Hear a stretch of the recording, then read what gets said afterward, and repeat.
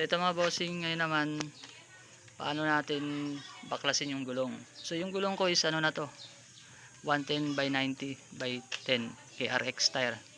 So naka-modified na rin yung ano ko. So tatanggalin muna natin yung tapaludo, saka luluwagan natin tong tambutso kasi medyo malaki na yung gulong natin.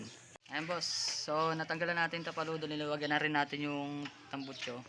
So ang sukat ng ano natin ito nut is 22 mm. So luwagan muna natin konti yung ano pala, preno kasi masabit yung brake shoe sa hub eh. So ayan mga boss, tanggal na siya. So dandanin na natin tong ano, atakan natin yung ano.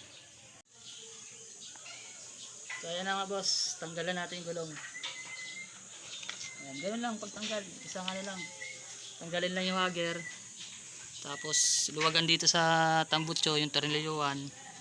Tapos 22 mm na socket. Yun lang.